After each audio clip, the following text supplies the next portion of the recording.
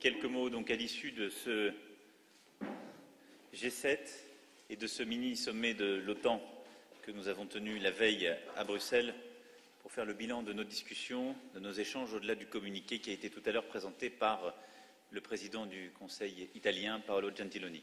D'abord pour remercier justement l'Italie et mon homologue Paolo Gentiloni pour l'organisation de ce sommet et avoir permis la tenue de ces débats qui, je crois, a été extrêmement important.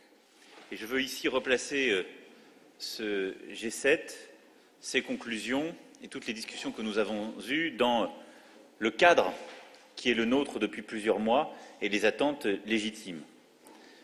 En effet, nous vivons depuis plusieurs mois dans un contexte de tensions croissantes où le terrorisme a une place qui n'est pas démentie. Nous l'avons encore vécu récemment avec l'attentat de Manchester d'une part et l'attentat que l'Égypte a eu à subir hier, alors même que nous étions en train de discuter de la lutte contre le terrorisme.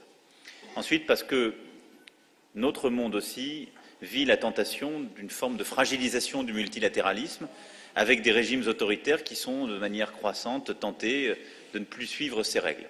Enfin, parce que plusieurs déclarations récentes avaient pu jeter un doute sur justement l'existence de nos structures multilatérales ou la solidarité collective. Et alors que, durant la campagne américaine, des déclarations assez fortes avaient été tenues sur la sortie de l'OTAN, la fin de l'OTAN ou des grands doutes sur le multilatéralisme, moi je veux voir ces 3 derniers jours comme la meilleure preuve qu'il existe toujours un multilatéralisme et que les grandes démocraties de ce monde, qui sont aussi des grandes puissances économiques, continuent à prendre leurs responsabilités. D'abord parce que lors du mini-sommet de l'OTAN, nous avons réitéré notre attachement collectif à cette organisation, à la solidarité transatlantique, ce qui, dans le contexte qui est le nôtre, n'a rien d'innocent, et a permis aussi de réaffirmer notre solidarité en associant l'OTAN au travail de la coalition, en particulier dans la zone irako-syrienne. Ensuite, ce débat du G7 et ses conclusions ont permis justement une discussion extrêmement constructive entre plusieurs dirigeants qui, pour la première fois, se rencontraient. C'était le cas pour ce qui me concerne, c'était aussi le cas pour Donald Trump, et je pense que c'était important qu'on puisse échanger sur de nombreux points, et nous avons pu voir sur l'essentiel les points de convergence, et nous avons pu limiter, préciser le point de doute qui demeure sur le climat, et je vais y revenir. Nos débats durant ce G7 ont permis donc d'avancer très clairement en matière de lutte contre le terrorisme. La France a été frappée ces dernières années par le terrorisme, et je le rappelais, le Royaume-Uni et l'Égypte durant ces derniers jours. La discussion a été extrêmement riche sur ce sujet et a permis, pour la première fois dès hier, de, ensemble, signer un engagement en commun qui permet d'avancer sur plusieurs fronts. Le premier, la lutte contre le terrorisme sur Internet. J'avais eu l'occasion, durant la campagne de l'élection présidentielle, de prendre des engagements clairs sur ce sujet. C'est cette même discussion que nous avons eue à 7, et ce sont des engagements clairs que nous avons pris en la matière. Demander aux grandes entreprises de l'Internet et aux entreprises qui fournissent des services et la possibilité d'échanger des informations, eh bien, de réagir extrêmement rapidement pour lutter contre la propagande djihadiste. On le sait, ce sont les toutes premières heures, dans le cadre de diffusion de propagande djihadiste sur Internet, qui sont absolument décisives. C'est pourquoi nous avons donc collectivement pris cet engagement, mais pris aussi l'engagement de travailler collectivement dans le périmètre du G7 pour pouvoir justement renforcer les contraintes, inciter les opérateurs d'Internet à mieux coopérer avec nos services et également à agir plus promptement de leur propre initiative pour supprimer toutes les informations qui manipulent des individus ou les conduisent parfois aux pires extrémités. Ensuite, nous avons pris un engagement clair en matière de lutte contre le financement du terrorisme et de tous les trafics qui aident à financer le terrorisme. La France lutte activement dans la zone sahélo-saharienne contre ces trafics. Nous savons qu'il y a des trafics du même genre qui sévissent dans la zone libyenne, et là aussi, collectivement, nous sommes mobilisés. Plus largement, nous avons réitéré, plutôt pour la première fois affirmé, un engagement collectif de lutter contre toutes les formes de trafic qui financent le terrorisme, mais aussi de poursuivre l'initiative américaine commencée lors du déplacement de M. Trump en Arabie saoudite pour demander à l'ensemble de nos partenaires du Golfe, du Moyen-Orient et du Proche-Orient de stopper tous les financements publics et privés à l'égard des groupements terroristes. Enfin, lutter contre le terrorisme, c'est également avoir un agenda volontariste en matière justement de développement, d'éducation, de santé publique. C'est d'ailleurs la nature de l'engagement que j'ai pris lorsque je me suis rendu la semaine dernière à Gao, au Mali, auprès du président Ibeka, en expliquant que l'engagement français s'articulait autour de deux logiques, la logique sécuritaire et la logique de développement, parce que bien souvent, les terroristes prospèrent sur la misère et sur le désespoir. La lutte contre le terrorisme, ce sont aussi quelques cas particuliers dont nous avons longuement discuté, et entre autres la Syrie, la Libye, la Corée du Nord. Sur la Syrie, nous sommes convenus collectivement qu'il était nécessaire que le G7 soit mieux impliqué dans les négociations de sortie de crise et la construction d'une solution politique durable et inclusive. La France jouera son rôle en la matière avec l'ensemble des pays qui étaient présents, et c'est d'ailleurs ce dont je parlerai également à M. Poutine lorsque je le verrai lundi à Paris. Je pense qu'il est indispensable que ceux qui sont aujourd'hui autour de la table sur le sujet syrien, à savoir la Turquie, l'Iran et la Russie, eh bien, prennent en compte non seulement les intérêts de l'ensemble des parties prenantes syriennes, mais également des États arabes et de toutes les puissances européennes et internationales qui ont eu à connaître soit des conséquences du terrorisme, soit des conséquences des migrations. Et donc sur ce sujet, il est absolument indispensable que nous puissions construire cette solution politique, en même temps que nous continuerons, dans le cadre de la coalition, à lutter avec beaucoup de vigueur contre tous les mouvements terroristes. L'engagement des 7 membres présents autour de la table a été complet en la matière. Sur la Libye, notre volonté, c'est de mieux articuler le travail de l'Union européenne et de l'Union africaine, de pouvoir justement rassembler l'ensemble, là aussi, des États de la région pour pouvoir aligner les positions et, en tout cas, à court terme, de conforter l'autorité seule légitime de M. Sarraj pour, justement, limiter les conflits et réduire les zones d'instabilité. Enfin, sur la Corée du Nord, le G7 a réaffirmé sa volonté de condamner d'une part très fermement tous les essais ainsi que toutes les initiatives balistiques prises par la Corée du Nord. La France, d'ailleurs, continue à avoir une présence dans la région extrêmement vigilante en la matière, et nous avons en particulier rappelé notre plein soutien à l'égard du Japon.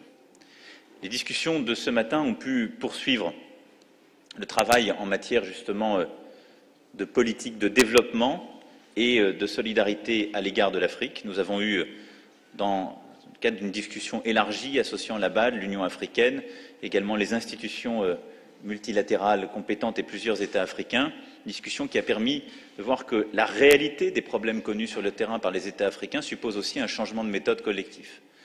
D'une part, la nécessité, au-delà des initiatives de sécurité dont je viens rapidement de reparler, d'avoir une vraie politique d'éducation, de développement d'infrastructures énergétiques, une vraie politique culturelle, une vraie politique de santé, avec les acteurs de terrain et en particulier les entreprises privées et la société civile. Mon souhait sera, en tout cas, au-delà du travail indispensable que nous avons à faire sur les différentes régions, avec justement les États et les organisations régionales, d'accroître les liens avec la société civile et les acteurs privés, d'être intraitable en matière de lutte contre la corruption, mais de permettre aussi que les fondamentaux des différentes sociétés et des différents États dont nous parlons puissent continuer à se développer. La meilleure politique de lutte contre les migrations, et nous pourrons y revenir si vous le souhaitez dans les questions, c'est le développement de l'Afrique et c'est la capacité offerte aux différents pays africains qui ont d'ailleurs des défis extrêmement multiples de lutter contre ces défis et d'éviter une migration subie, cette route de la nécessité qui fait que des millions de personnes prennent aujourd'hui des risques, traversent parfois au péril de leur vie la Méditerranée pour pouvoir vivre dignement dans leur pays et les développer. Ce qui conduit naturellement à évoquer le sujet du climat, puisque durant cette discussion, Monsieur le Président Issoufou a pu d'ailleurs partager les défis de son pays et de la région et illustrer, si besoin était, combien le sujet climatique est un sujet de déstabilisation régionale. Le lac Tchad et le fait qu'il ait perdu 90% de sa surface durant les 20 dernières années suffit presque à lui seul à expliquer la crise de la région et les migrations subies. Ceci pour dire que ce G7 a permis de montrer, à qui pouvait en douter, que le climat n'est pas un sujet accessoire ou qui pourrait être réservé à d'autres. Nous avons eu une discussion longue, nourrie sur ce sujet, qui a mis en évidence, il faut bien le dire, des accords profonds entre 6 membres du G7 pour poursuivre l'application de l'accord de Paris, nos engagements clairs en la matière, pour des raisons évidentes. Le climat la transition climatique est une nécessité pour assurer la stabilité de nombreuses régions et parce que les principales victimes des déséquilibres climatiques, ce sont les États les plus pauvres ou les plus vulnérables. Ensuite, parce que dans nos sociétés, nous avons besoin aussi de changer les modes de production. Et enfin, parce que c'est un levier formidable de création d'innovation et d'emploi. Nous avons bien évidemment discuté avec notre partenaire américain de ce sujet qui avait fait l'objet de beaucoup de déclarations en la matière. Et je crois que les différents arguments qui ont été invoqués par les uns et les autres ont permis d'éviter que ce sommet du G7 ne vienne limiter les avancées de l'accord de Paris ou ne vienne mettre en lumière des désaccords trop profonds. Le président américain a eu l'occasion de dire qu'il prendrait dans les prochains jours ou les toutes prochaines semaines sa décision en la matière. Pour ma part, à la fois dans l'entretien bilatéral que j'ai eu avec lui comme autour de la table du G7, je lui ai dit combien, à mes yeux, il me semblait indispensable pour les équilibres internationaux, pour la réputation des États-Unis d'Amérique et pour les intérêts américains eux-mêmes, qu'il puisse confirmer ces accords, qu'il les conduise à son rythme, mais que les États-Unis restent pleinement engagés dans ce travail. J'ai, pour ma part, dans l'ensemble des discussions que j'ai eues avec le président des États-Unis d'Amérique, noté sa capacité d'écoute et sa volonté de progresser avec nous, et je crois que c'est l'un des vrais acquis de ce G7. Qui plus est, je vous invite à lire avec attention la déclaration finale qui, faisant référence au communiqué d'Hiroshima et donc aux avancées faites lors du G7 de l'année dernière, permet d'avoir toutes les références pertinentes et le bon niveau d'ambition collective que nous avions atteint il y a un an. Enfin, le G7 a évidemment évoqué les sujets relatifs au commerce et à la croissance internationale, pour là aussi réaffirmer sans ambiguïté l'unité du G7 en matière de développement du commerce, dans un esprit d'ouverture, de multilatéralisme, de respect des règles de l'OMC, en particulier vis-à-vis de partenaires qui ne sont pas autour de cette table, mais qui parfois ne respectent pas les règles du commerce international. Et nous serons vigilants et intraitables en la matière, mais également en demandant donc à l'ensemble des partenaires un principe juste de réciprocité. C'est le sens de ce communiqué et de la discussion que nous avons eue en la matière. Voilà, en quelques mots, et sans doute de manière partielle, mais je crois non partiale, le compte-rendu que je souhaitais faire de cette journée d'échange. Pour ma part, ces quelques jours m'ont permis d'avoir des échanges bilatéraux avec plusieurs responsables, en marge de l'OTAN avec le président Erdogan, avec évidemment le président Trump, mais également avec la première ministre britannique, le Premier ministre canadien, M. Guterres, secrétaire général des Nations Unies, et évidemment la chancelière. J'ai pu également ce matin avoir plusieurs échanges avec les dirigeants africains que je n'avais pas pu encore avoir ou en ligne ou voir lors de mon précédent déplacement. Je vais maintenant répondre à toutes les questions utiles. Je crois qu'il y a 2 questions françaises et 2 questions internationales qui sont prévues. Président Thierry Arnaud de BFM TV, diriez-vous que l'attitude du président Trump a été le principal obstacle à la réalisation de progrès plus substantiels à l'occasion de ce G7? Est-ce que vous reprendriez à votre compte cette expression de G6+1? Sur le climat en particulier, ça a été le cas, semble-t-il. Vous avez parlé d'une discussion longue et nourrie. Madame Merkel a parlé d'une discussion très insatisfaisante. Comment est-ce que vous expliquez cette différence d'appréciation sur un tout autre sujet à la lumière des informations paru ces derniers jours, des explications qu'il a fournies? Est-ce que vous réaffirmez aujourd'hui votre confiance envers votre ministre Richard Ferrand et son maintien au gouvernement?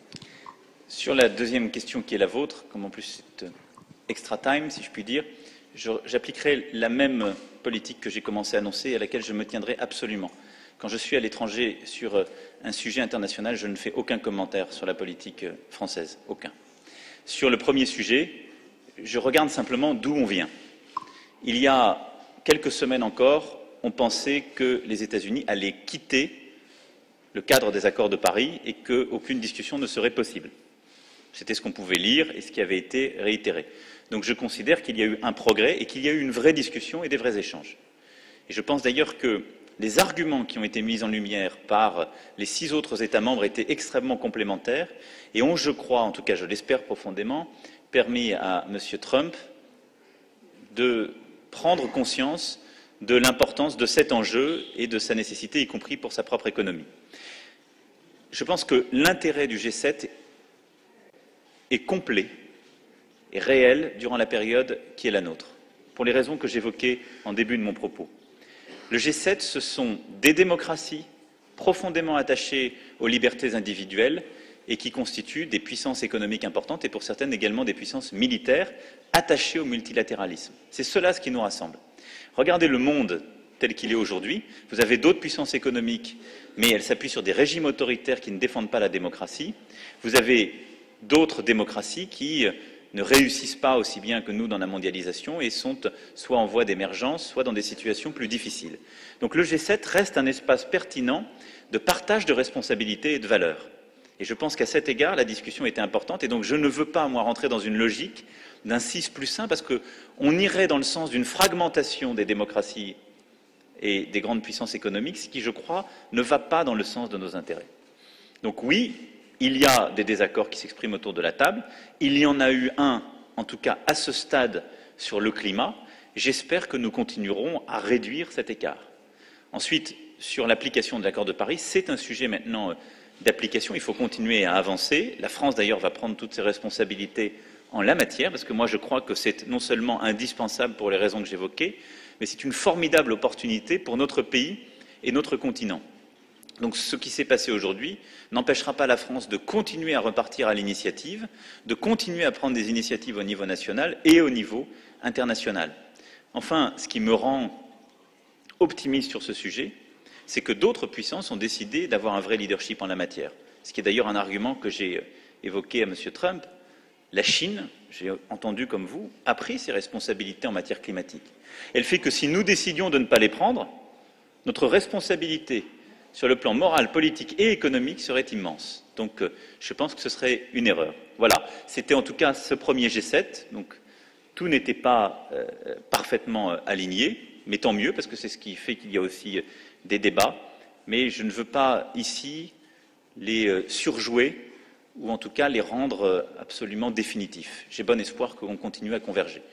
Enfin, un tout dernier mot, les États-Unis étaient plus qu'alignés avec nous sur la lutte contre le terrorisme. Et nous avons eu là un texte très fort qui a montré aussi une vraie convergence entre les 7 États présents autour de la table. Bonjour, Monsieur le Président, Anne-Sylvaine Chassani pour le Financial Times. Donc le président Donald Trump va probablement prendre une décision dans une semaine, soit de se retirer complètement de l'accord de Paris, soit de renégocier à la baisse ses contributions. Quel est le scénario que vous préférez finalement? Parce que si finalement il reste et négocie à la baisse ses contributions, est-ce que ça ne vaut pas mieux qu'il se retire complètement? Et puis une deuxième question plus anecdotique, c'est votre premier G7, et votre première grande séquence avec l'OTAN. Qu'est-ce que vous retenez comme moment mémorable? Peut-être la poignée de main extraordinaire, les poignées de main extraordinaires avec Donald Trump? Alors, sur le premier sujet, je ne ferai pas de spéculation sur la décision que prendra M. Trump, parce que ce n'est pas mon rôle. Mon souhait, c'est qu'il reste pleinement dans l'accord de Paris. Les États-Unis ont des engagements financiers sur le fonds climat, comme nous en avons, et d'ailleurs j'ai eu l'occasion d'expliquer à M. Trump que, rapportés à notre produit intérieur brut, nos engagements étaient même légèrement supérieurs à ceux des États-Unis. Et donc il n'est pas le seul à payer, ou il n'est pas celui qui paye le plus. Et il ne faut pas qu'il y ait d'ambiguïté en la matière. Moi, je pense que M. Trump est quelqu'un qui est pragmatique, et donc j'ai bon espoir qu'il, ayant considéré les arguments évoqués par les uns et les autres, et l'intérêt même de son pays, il confirme son engagement. Après, il le confirmera à son rythme. Mais je pense que c'est un point extrêmement important. Ça ne nous empêchera pas, quoi qu'il en soit, nous, de continuer à avancer, pour toutes les raisons que j'évoquais. Parce que quiconque déciderait de ne pas aller au bout de ses responsabilités en matière climatique ne pourrait pas dignement aller ensuite expliquer qu'on doit apporter la sécurité dans la zone sahélo-saharienne, ne pourrait pas dignement aller tenir quelques conférences commerciales ou politiques que ce soit dans la zone Pacifique et expliquer aux Fidji ou à d'autres îles que l'intérêt est ceci ou cela. Parce que le climat, c'est leur intérêt vital. Donc je pense que tout ça, il l'a bien touché du doigt lors de cette réunion. Le moment le plus fort pour moi de ces quelques jours a été la discussion d'hier après-midi, où précisément par son interactivité, par le fait que les 7 dirigeants sont autour de la table de manière extrêmement proche, parlant de tous les sujets avec une vraie confidentialité, nous avons pu partager nos vues, notre lecture de la situation mondiale, de nos intérêts réciproques. Et c'est un niveau d'intérêt et d'efficacité que j'ai trouvé vraiment inédit. Moi, je me félicite de l'absence de formalisme de ces réunions. Vous savez, il se trouve que dans des vies antérieures, il m'est arrivé de négocier des communiqués, voire de préparer des textes très longs, à peu près incompréhensibles par le commun des mortels. Les discussions, quand elles consistent à lire des papiers préparés par d'autres, n'ont que peu d'intérêt. Le grand intérêt de ces réunions, c'est que ce sont des réunions d'échange actif de convictions. Voilà ce que j'ai retenu, parce que je pense que c'est ça qui permet d'intégrer très profondément ensuite dans les décisions que nous prenons et sur le long cours, eh bien, les contraintes des autres, de mieux comprendre où sont les contraintes des autres et de construire une vraie action collective. On ne peut pas le faire sur tout, mais sur les sujets majeurs, de mieux comprendre les contraintes des partenaires et d'essayer d'avancer ensemble. Bonjour Monsieur le Président, Alain Barluet, Journal Le Figaro. Ici, en Sicile, on aurait pu s'attendre à un engagement très fort du G7 sur le problème des migrations, dont vous avez souligné à l'instant le caractère majeur. Tel n'a pas été le cas. Sincèrement, est-ce que vous n'êtes pas déçus? Expliquez-nous comment on a abouti à un résultat aussi limité, alors même que l'actualité libyenne, ces dernières heures encore, est venue nous rappeler l'urgence de se saisir de cette problématique. Merci. Vous savez, il y a des moments forts dans ces réunions internationales et des attentes. Le moment fort s'est joué sur la lutte contre le terrorisme et le climat. Vous connaissez parfaitement cette grammaire, et c'est vrai que les discussions sur l'immigration n'ont d'ailleurs pas fait l'objet du tout de dissensus ou de désaccords entre nous, mais elle ne se réglera pas à coup de communiqué du G7. Elle se réglera comment? Qu'il s'agisse du sujet libyen comme de nombreux autres, le sujet sahélo-saharien que j'évoquais, comme d'ailleurs la crise syrienne. D'abord par une vraie politique de sécurité et de stabilisation des zones où les crises politiques font qu'il y a des afflux massifs de réfugiés. Parce que c'est la première réalité de nature politique, et on la règle en ayant une vraie politique de sécurité, une feuille de route diplomatique qui permet de construire la paix. Moi, je l'ai rappelé constamment, nous l'avons d'ailleurs dit, et ça a été l'objet de nos discussions autour de la table du G7, nous avons un ennemi principal que sont les terroristes, mais un deuxième ennemi, les États faillis. Et la Libye est un très bon exemple des errements de la communauté internationale pour essayer parfois de régler les problèmes. Moi, je ne veux pas le répliquer dans quelque État que ce soit, et c'est d'ailleurs ma lecture de la crise syrienne. Nous avons besoin d'une stabilité étatique. Ça, c'est la première manière de lutter contre les crises migratoires subies. La deuxième, c'est la lutte contre le réchauffement climatique et pour le développement. Il n'y a pas de vraie lutte contre l'immigration, c'est un sujet de long terme, mais il a été abordé ce matin comme dans la déclaration. On n'a pas une lutte efficace, réelle, si on n'aide pas au développement sur le terrain des populations et les aider à rester où elles sont, à se développer, à s'enrichir, à vivre mieux.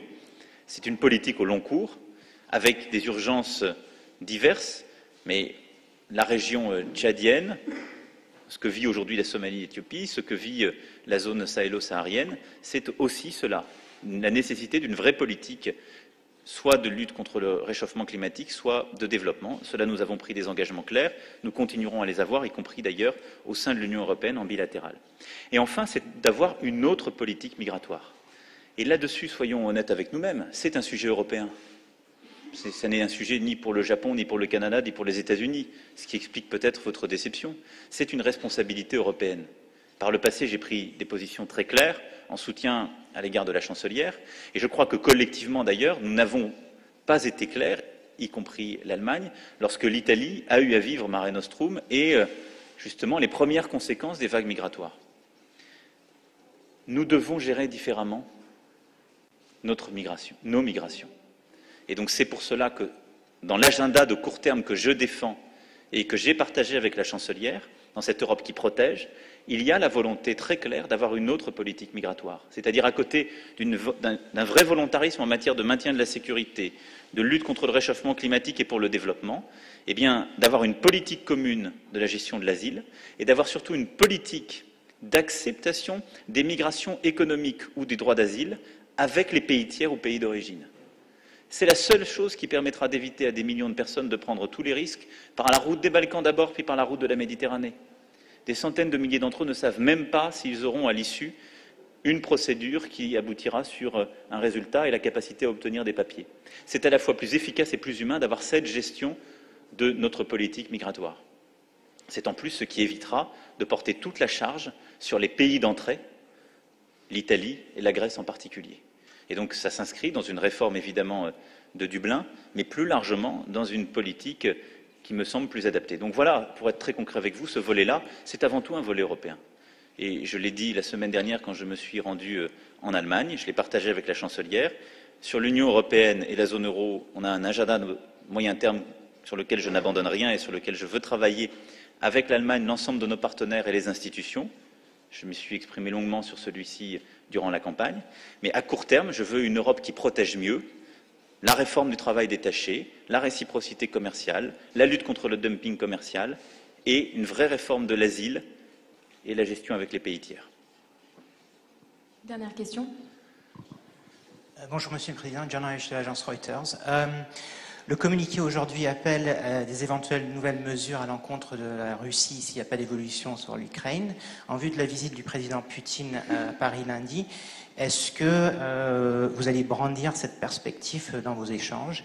Et deuxièmement, sur le commerce, pensez-vous que cette déclaration indique que les États-Unis vont se conformer aux règles de l'OMC? Merci. Sur votre deuxième point, je ne saurais en douter. Les États-Unis sont une grande puissance économique internationale, depuis longtemps dans l'Organisation mondiale du commerce, et elle doit en respecter les règles comme chacun d'entre nous. Donc il n'y a pas de doute sur ce sujet, et ce qu'on a d'ailleurs indiqué au-delà du respect des règles multilatérales, c'est un principe de réciprocité. Quand un État applique telle ou telle règle à des entreprises étrangères, eh bien, l'État d'origine de cette entreprise est en droit d'appliquer les mêmes. Mais nous avons réitéré en effet notre volonté de nous conformer aux règles de l'OMC, ce qui me semble d'ailleurs assez évident. Le président Trump a une autre approche de la politique commerciale que son prédécesseur. Je crois que ça n'aura échappé à personne. S'il a dénoncé des accords régionaux, il n'a à aucun moment indiqué sa volonté de sortir du cadre multilatéral de l'OMC. Et donc c'est bien dans ce cadre que nous nous inscrivons tous. Et pour notre part, nous continuerons, pour le reste, à avancer avec ce principe de réciprocité qui nous permettra la lutte contre le dumping et donc la naïveté parfois indue. C'est, je pense, un élément extrêmement important. Et là-dessus, je ne veux pas non plus qu'il y ait de doute. Pardon, j'ai oublié votre premier point? Oui, sur la Russie. Écoutez, le communiqué du G7 a réaffirmé quels sont nos principes clairs et constants en la matière, ce que je partagerai d'ailleurs avec le président Poutine lundi. J'aurai un dialogue exigeant avec la Russie. Mais ça veut dire avoir malgré tout un dialogue. La Russie a en effet envahi l'Ukraine. Il y a un processus, le processus de Minsk, qui très clairement a indiqué la volonté d'une désescalade et d'encadrer la sortie de crise, avec des efforts de part et d'autre. Il y a ensuite des sanctions qui ont été prises et des contre-sanctions. Ce qui a été rappelé dans le communiqué du G7, c'est cette volonté de suivre le cours de ce processus et de n'accepter aucune forme d'exception ni aucun relâchement. Donc je me conformerai à ces principes parce que je les soutiens et je les ai constamment soutenus. Donc nous aurons cet échange. Pour autant, je considère qu'il est indispensable de parler avec la Russie parce qu'il y a nombre de sujets internationaux qui ne se régleront pas sans avoir un échange exigeant avec les Russes, et en particulier le sujet syrien. Je l'ai évoqué à la table du G7, je ne considère pas comme une victoire collective que sur la Syrie, où se sont organisés nombre d'attentats que nous avons subis, d'où sont partis nombre des crises migratoires que nous avons subies en Europe, aucun d'entre nous n'était en capacité d'être autour de la table. Vous aviez la Russie, l'Iran et la Turquie. C'est une défaite. Donc nous devons parler avec la Russie pour changer le cadre de sortie de la crise militaire en Syrie et pour construire de manière beaucoup plus collective et intégrée une solution politique inclusive. C'est cela dont je parlerai, mais sans aucune concession sur le sujet ukrainien. Sur ce point, d'ailleurs, je souhaite que nous puissions au plus vite, sous le format qu'on qualifie Normandie, avoir une discussion à 4 sur le sujet de l'Ukraine. Une dernière question. Bonjour Monsieur le Président, je suis Aldo Cazzullo du Corriere della Sera. Je reviens sur le sujet Trump. Quelle impression personnelle vous a fait Monsieur Trump? Est-ce que c'est vrai qu'il vous a dit « Vous étiez mon candidat, je n'ai jamais soutenu Marine Le Pen » C'est factuel qu'il ait dit ça. Il a d'ailleurs indiqué qu'il n'avait pas rencontré Madame Le Pen malgré son long séjour à la Trump Tower, ce que chacun a pu constater durant la campagne. J'ai vu un dirigeant qui a des convictions fortes sur nombre de sujets, dont je partage une partie, la lutte contre le terrorisme, la volonté de tenir notre rang dans le concert des nations, et avec lequel j'ai des désaccords que nous avons évoqués de manière très dépassionnée. Et j'ai vu quelqu'un qui est à l'écoute et qui a envie de travailler. C'est ça ce que je veux entendre. Je pense que pour M. Trump, comme pour moi, c'était une première expérience. Je pense qu'il a vu l'intérêt de ces discussions multilatérales et qu'au réalisme volontariste qu'il a affiché durant sa campagne et dont il ne se départit pas, il va maintenant ajouter la prise en compte des intérêts de ses amis et de ses partenaires. Parce qu'on a besoin de volontarisme, j'en ai aussi beaucoup pour mon pays, mais notre indépendance se construit dans une interdépendance, qui est le concert des nations, et cette interdépendance, elle n'est pas neutre. Il y a des grandes nations avec lesquelles on partage des intérêts de valeurs et des intérêts économiques. Elles étaient autour de cette table. Donc j'ai trouvé quelqu'un d'ouvert avec la volonté de bien faire avec nous. Voilà. Merci pour votre attention. Bonne fin de journée.